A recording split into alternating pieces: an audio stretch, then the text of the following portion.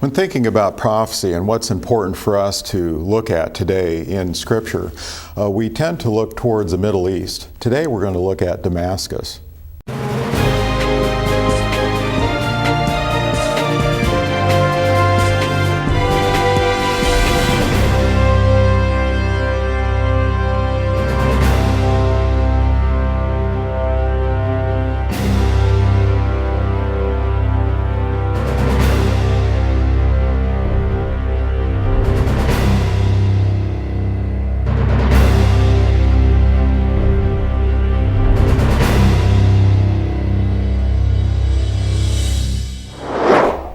Not only will we be taking a closer look at Damascus today, but we'll also be taking a look at Egypt and also Assyria in the Middle East. Now, how can we look at Assyria in the Middle East? Well, let's find out. Well, greetings. I'm David Brett here with John Fisher, bringing you Revealing the Truth. Today we want to go into the book of Isaiah, chapter 17, in which we will find the first vision concerning Damascus. It says, "Behold, Damascus is about to be removed from being a city and will become a fallen ruin." And it says in verse 2, "The cities of Arar are forsaken." Now, some scholars think the cities of Arar are the surrounding cities concerning Damascus. Now, Damascus is a large metropolitan area. But the interesting thing about this particular vision is that what it's saying will happen has not technically happened yet. Damascus has been around for a long time. When we go back into Genesis, we find mention of it in Genesis 14 and verse 15, which says, "He divided his forces against them by night, and he and his servants, and defeated them, and pursued them as far as Hobah, which is north of Damascus." Now, Damascus, of course, is in Syria. It's the capital, if I'm not mistaken, and we have found that it's been there from the beginning. If we look at Genesis, Bereshit, the beginning, and we find that throughout history, though Assyria has come in, Rome, others have taken over the areas, it has never really ceased from being a city. There's something else about this particular chapter in that Israel is mentioned. Now, some things have happened in the past. We can look at some things that are happening even today, and as talked about previously in episodes, there's certainly some things to take place in the future. But it's interesting, some of these things appear to be lining up. When we take a look at Damascus and what's happening in there, when we look at the videos, I mean, you can search YouTube and type in Damascus, war-torn area, these type of things. You'll find general images of buildings being destroyed, whole areas being desolate. There's a few people running around, some in holes that have been dug out. It's just an area that is being made desolate. Now, historically, the only time that we find that maybe this could have been in part fulfilled would be through Assyria having gone in and taken the people and overrun the area there. Well, like a lot of the places in the Middle East, anciently, they were overrun by at least 4 different kingdoms. Persia and Greece, as well as the Medes and Rome. Mm-hmm. I can imagine that there was destruction in each of these invasions by outlying countries. Mm-hmm. Now, the interesting thing is when we see the devastation over there, if it continues, I think we could see this fulfilled. Mm-hmm. Now, that would be interesting in and of itself, but there's also this additional part about Israel. And it says in verse 4, "It will come about in that day." And when we talk about in that day or at that time, we tend to look at future prophecy for the end of the age, end time prophecies. Here in verse 4 it says, "Now in that day it will come about that the glory of Jacob will fade, and the fatness of his flesh will become lean." In verse 6 it says, "Gleanings will be left in it like the shaking of an olive tree." In that day man will have regard for his Maker, and his eyes will look to the Holy One of Israel. That has not really happened yet in fulfillment of the end of the age type prophecies going on with the fulfillment of people coming to Yahweh seeking His will. Right. This is speaking of the remnant. He's shaking the tree, and there'll be some olives that are left in the tree. Which is good news, actually, Yeah. because the idea of olive being in the tree is fruit bearing. The sense that the tree is actually producing something, though not much. The rest of it is pretty much dried up and ready to be, taken down and burned, I suppose. Only a few will be allowed to enter into the kingdom. Yeah. And this is the remnant. Right, and that goes into prophecy. Now, when we go into the book of Romans, chapter 9, 10, 11, we see an olive tree being mentioned, being grafted back into that olive tree through the Messiah, is what Paul is talking about. When you go into Jeremiah 11, we find that the olive tree is defined as Israel, both the northern tribes and the southern tribes.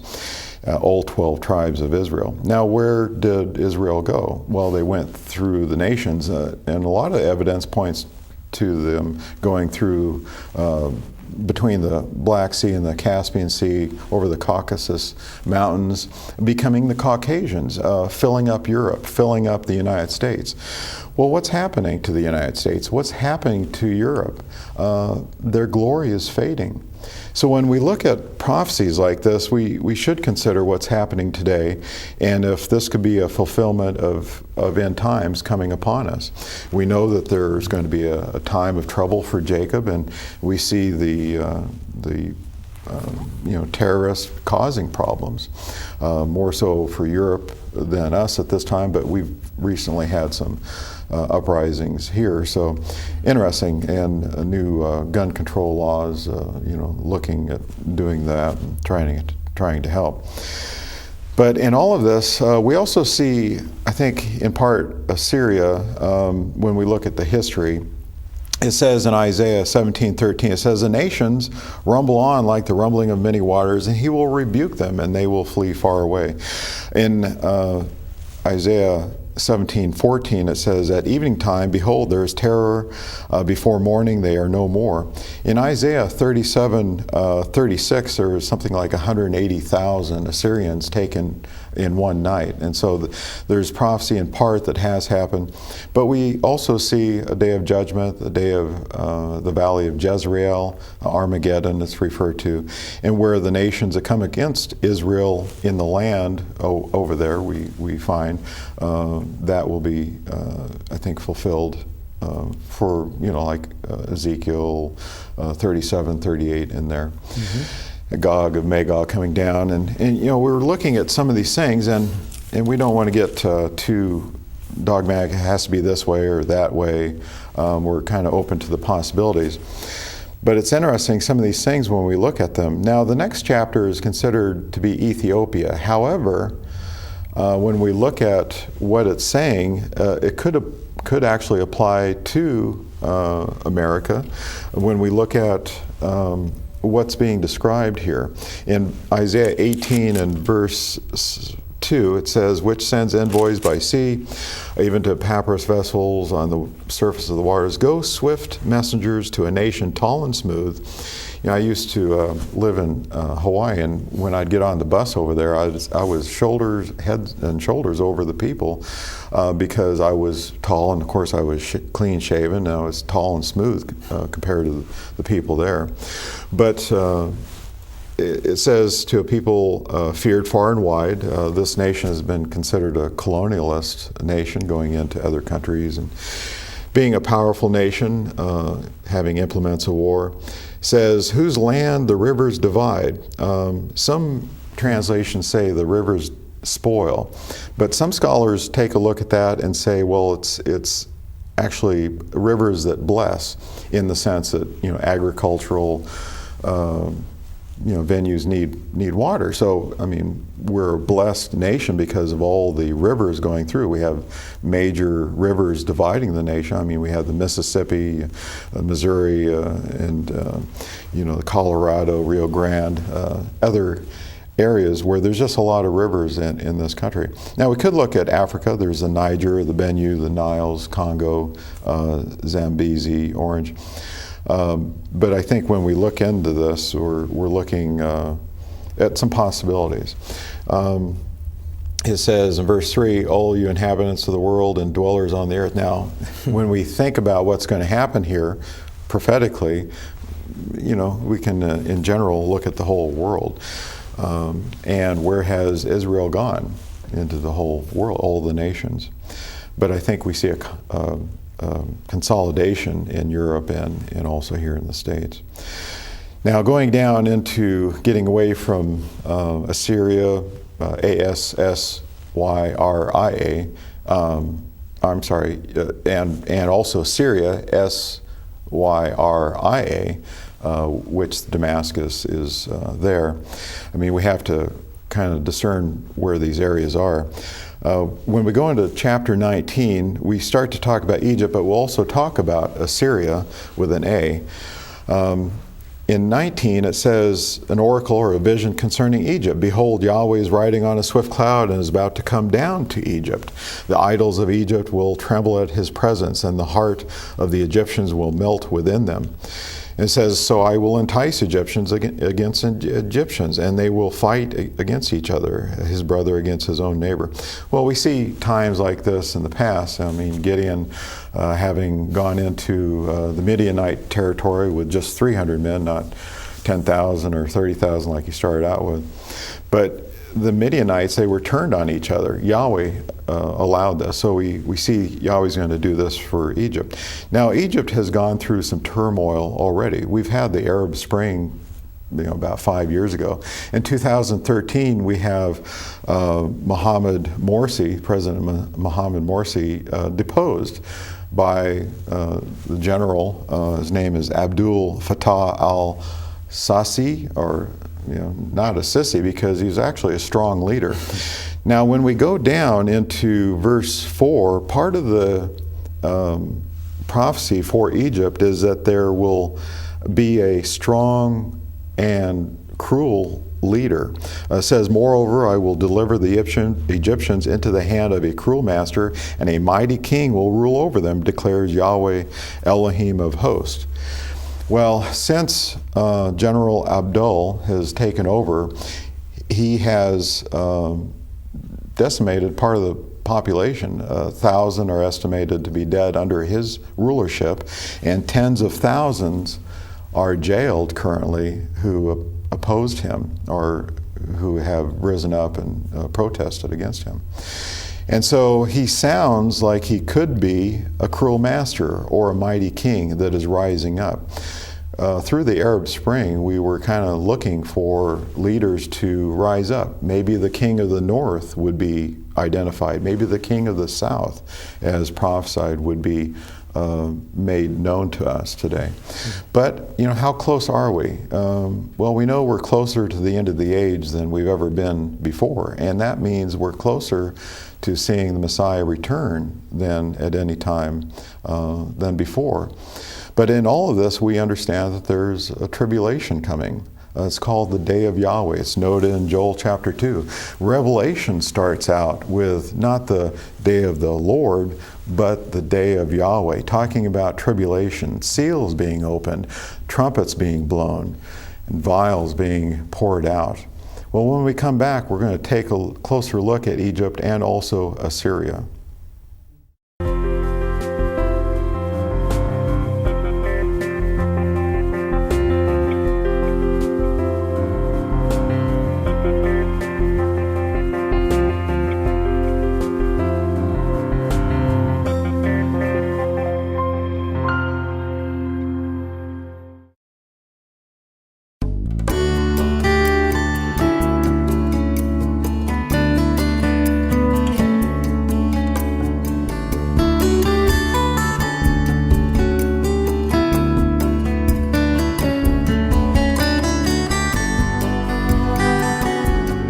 The appointed times or feasts of Leviticus chapter 23 were kept in the Old Testament, were kept in the New, and will be kept in the coming kingdom. The question is, why would we not keep them now? To learn more, request your free in-depth study entitled Biblical Holy Days. Write to YAIY 2963 County Road 233, Kingdom City, Missouri 65262 or visit online at yaiy.org. You may also call toll-free 1877 642 4101. Prophecy is something very interesting to look at in Scripture, but it's also something we need to be very careful with and not be too dogmatic one way or another. We have to leave open the possibilities of what could take place. But when we take a look at the initial opening of Isaiah and what's prophesied for Israel, what's prophesied for Judah, what we're seeing with Syria, Assyria, also Egypt, and an area that's looked at for Ethiopia, maybe that's not the correct way to look at, maybe it's America. Some of these things we're considering, I think, have relevance for us today in what we're seeing today. But it's not all clear yet. We don't know positively who the king of the north is. We don't know positively who the king of the south is. Though the Sunnis and the Shiites are separating, and there's a north to that, there's a south to that when we look at Iran, when we look at Saudi Arabia. I mean, it's interesting to think about these things. But we should be looking to the Middle East. We should be considering what's going on over there, because that is what is prophesied to take place. It's going to be in that area for the most part, though Israel has been dispersed throughout the world. So when we take a look at that, I mean, the whole world is going to be involved. Now, when we go back into Isaiah 19, and when we go up talking about Egypt, in verse 5, it says, "The waters from the sea will dry up, and the river will be parched and dry," after we hear about this mighty king, this cruel master who will rule over them. Now we see that the water is going to dry up. The land is going to be becoming a stench. In verse 6 it says, "The canals will emit a stench. The streams of Egypt will thin out and dry up. The reeds and rushes will rot away. The bulrushes by the Nile, by the edge of the Nile, and all the sown fields by the Nile will become dry, be driven away, and be no more." Has this happened before? I know of no time in history in which this can be looked upon as happening. So I think we can mark our scriptures in these areas and identify this as to be something that will happen in the future for us. Though we have seen areas in Isaiah which we can identify some things in the past, as well as even now some things that look to be similar, and of course to the end of the age ahead of us, because we know there's still some time ahead. When we look at prophecy, we understand that it's not only for that time, but it's literally for that time, but also figuratively for the entire world. And we look back at the time of Joseph in Egypt. There was a dream that the Pharaoh had, and it spoke of a drought for 5 years, or 7 years. 7 years, and then a resurgence of being able to grow food for 7 years after that. So at least we have that as a picture. And as prophecy relates to now as well, we may be looking at a severe drought. Mm-hmm. Yeah, one thing that we do see by going back to Joseph and seeing what the dream was of the king, there was a head of gold. Speaking of the Babylonian Chaldean kingdom, there was a breast and arms of silver, speaking of the Medes and Persians. Belly and thighs of brass, speaking of Greek Empire. Legs of iron, speaking of Rome, both east and west legs of Rome. Feet of iron and clay. Now this gets into 10 toes, which appears to be in line with Psalm 83, I believe, where we look at some prophecy for these nations coming against Israel, which ties into the idea of Armageddon and end-time prophecy. Now, some think that this has been fulfilled already, but again, if it has, then part of it has, but we still look to it's been referred to as duality of Scripture. Not that it's not correct, but that it's actually played out in part here, also played out in a part here or later. Well, the entire Scripture is cyclical. If we read in Psalm 23, He leads me in the paths of righteousness. The word paths, if you look it up, in interlinear means cycles. So in the cycles of righteousness. When we go into Psalm 83, we read of, in verse 3, they make shrewd plans against your people and conspire together against your treasured ones. This can be referring to Israel, of course, but also to the saints, because they've been grafted in to Israel. Verse 4, they have said, come and let us wipe them out as a nation, that the name of Israel be remembered no more. Who's been saying that? Well, we see the Middle East saying that in part because they're surrounding Israel and they don't like Israel there in the midst of them. It says, for they have conspired together with one mind. Against you they make a covenant. And the tents of Edom and the Ishmaelites, Moab, Hagarites, Gebal, Ammon, Amalek, Philistia, Tyre, even Assyria is mentioned, but a lot of the scholars recognize these areas, Tyre, Lebanon, other areas, as being Arab nations.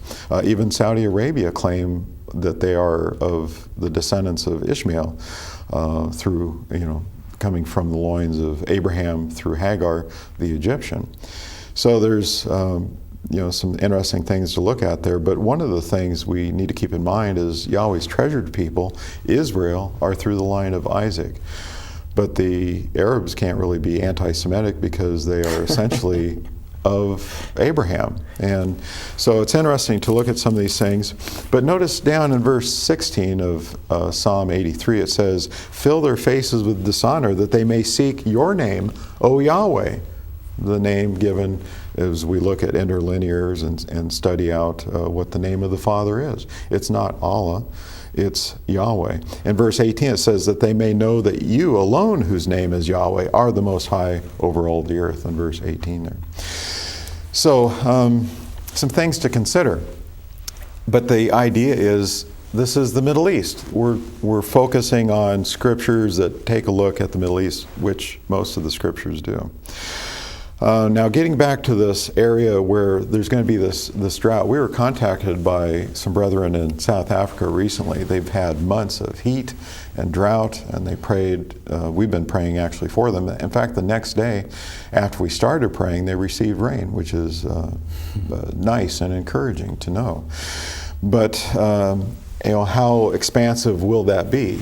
Now, the El Nino, they're calling, everything from Godzilla to the massive, kid on the block type of bully that's come in. This El Nino is referred to by the BBC, by Matt McGrath, as the strongest El Nino weather cycle on record.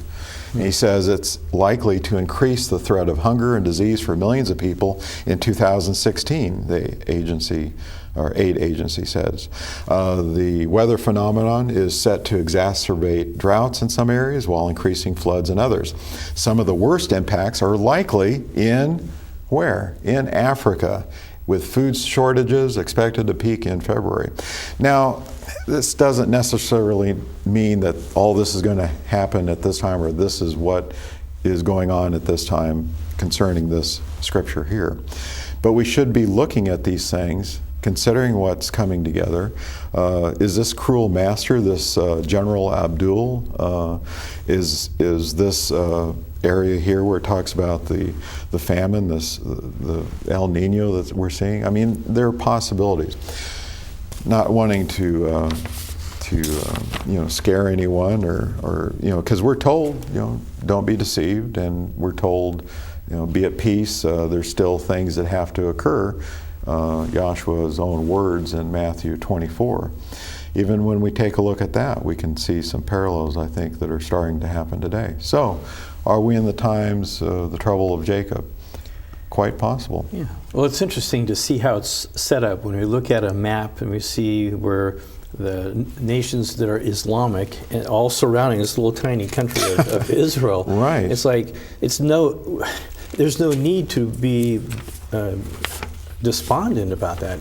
Yahweh is setting the stage. He's known. I mean, he put Pharaoh in place so he could show his own power over Pharaoh. And to proclaim his name to the nations. Exactly. Even Paul quoted that in Romans 9. For me, it's exciting to see, to imagine what Yahweh is going to do. It's going to take a small nation, the smallest, and use his power with them, with his treasure, his inheritance is Israel. He's going to redeem Israel. Yeah. Well, we have to look at some of these other areas along with Israel, and that's exactly what we're doing today. In prophecy, for Israel is with Egypt and Assyria in mind. Now that's interesting. Where is Assyria? Well, there are people who are referred to as Assyrians in the Middle East today. They are up on the lower part of bordering with Turkey. In fact, during World War I, they had kind of laid out a plan to have an Assyrian land there, but over to the right of Syria, up above Israel, that area is considered a lot of Assyrian people.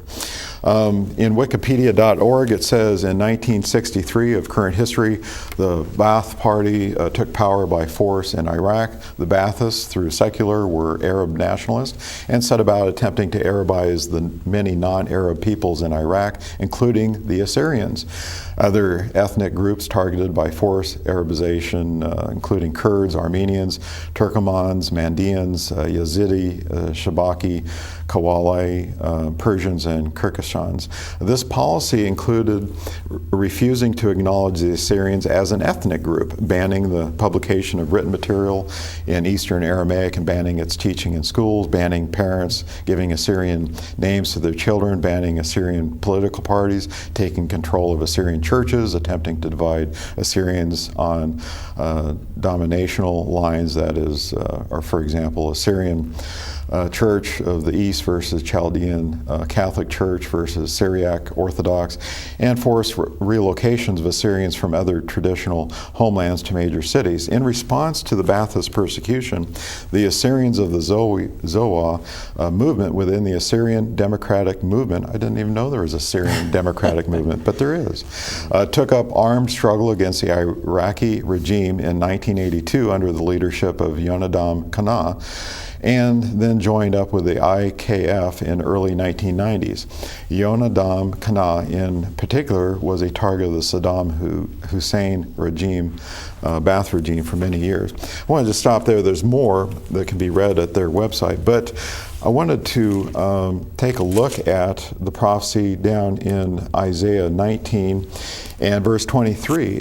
There's other areas of Assyria there, but it says, in that day there will be a highway, in that day, reminding us of the end of the time, or end of the age. It says, in that day there will be a highway from Egypt to Assyria, and the Assyrians will come into Egypt and the Egyptians into Assyria, and the Egyptians will worship with the Assyrians. In that day, Israel will be the third party with Egypt and Assyria, a blessing in the midst of the earth. We're talking about end-time events in which Assyria, Egypt will flow freely between Israel, and that has not happened yet, but it will when Yahshua returns.